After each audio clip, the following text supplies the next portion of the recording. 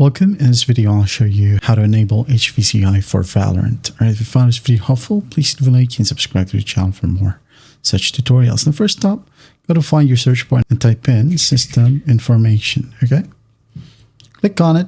Now, once you're in here, just go to find your baseboard manufacturer and baseboard product.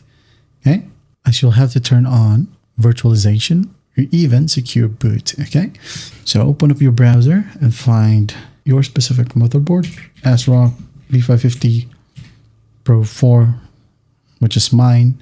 Enable secure boot.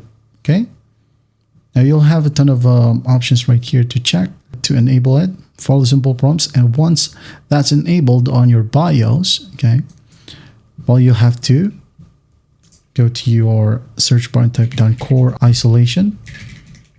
Right here, we have the system setting.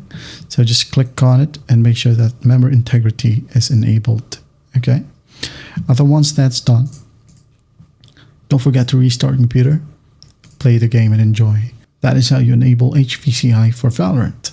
I hope this video helps and I'll see you in the next one.